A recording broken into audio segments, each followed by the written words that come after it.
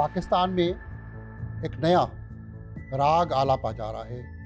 सूबे सूबे कभी सिंध को तोड़कर कराची सूबा बनाने की बात हो रही है कि सूबे की अभी आवाज़ आ रही है, ये आज से नहीं आ रही है। वफाक के हवाले करने से या नया सूबा बनने से कराची तरक्की करेगा, क्या नुकसान? अगर आप कराची और ग्वादर को फेडरल टेरिटरी बनाते हैं तो पंजाब में भी कुछ बनाएं, बलूचिस्तान में भी बनाएं, KPK में भी बनाएं। वफाक के हवाले या सूबा बनाने की बात करके हासिल क्या करना चाहती है? लेकिन MQM कुछ भी हासिल नहीं करना चाहती। कराची को वफाक के हवाले की बात हो रही है और कौम परस्त या दीगर सिंध में रहने वाली जमायतें कहती है कि जिस सिंध की तकसीम नाकाबिल तकसीम है, क्या आप फिर मिलके सब कौम परस्त पाकिस्तान पीस पार्टी करप्शन और लसानियत को हवा देंगे? इसको समझना चाहिए कि इस टाइम कॉलोनाइजेशन। कराची के बिजनेसमैन हर बार कहते हैं कि जी कराची टैक्स देता है, ताकि बाकी सूबे सब टैक्स देते हैं। ये सारा क्रेडिट कराची के बिजनेसमैन अपने गले में डालकर, अपनी दुकानदारी में डालकर हमेशा बावर करा देंगे जी हम टैक्स देते हैं, हत्ता कि टैक्स माफ़ भी वो करा रहे हैं और हर वक्त मफादात फ़ायदे। फिर जब उनको डंडा आता है या कोई सख्ती होती है तो कहते हैं जी कराची को कर दो। तो ये मफाद परस्ती है क्या?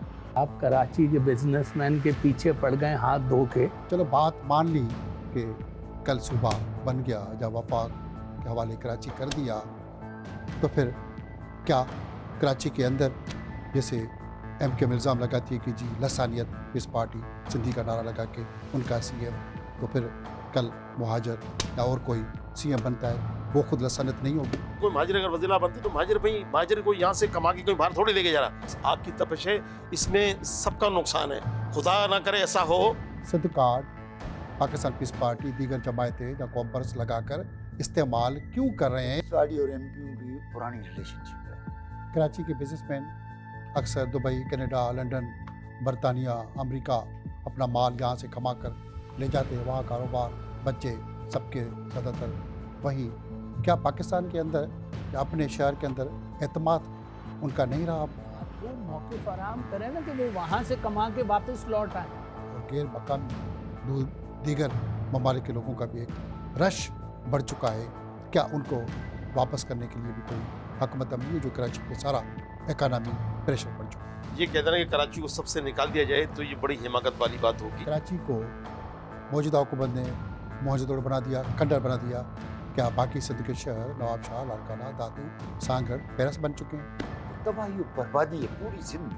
कराची वफाक के हवाले सूबा सियासत कारोबार के असल झगड़ा है माल में है क्या? जो है वो सबकी महबूबा तो है, मनकूहा नहीं बनती।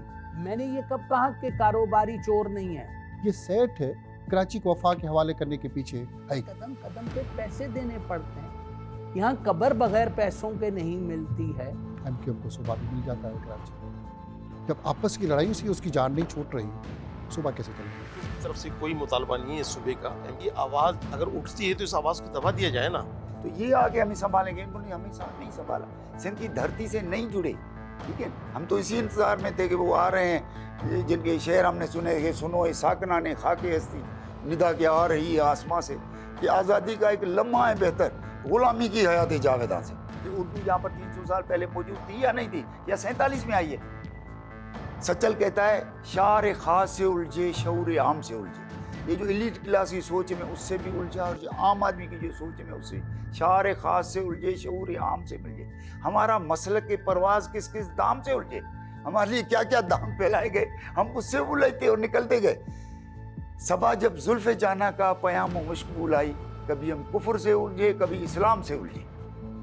सचू हर हैफ मस्ती कुफर है इस बज़्म हस्ती में, ये दौरे जाम कब तक गर्दिश आयाम से उलझे। कराची को ना तो ये गाय है, ना तो ये महबूबा या मनकूहा होनी चाहिए, कराची को माँ समझना चाहिए। MQM सूबा खुद मुख्तियारी पे क्या मौका बख्तियार करती है? जब आप यूसीज के अंदर इजाफा कर रहे हैं तो अगर एडमिनिस्ट्रेटिव यूनिट अगर बन जाए तो इसमें बुराई क्या है?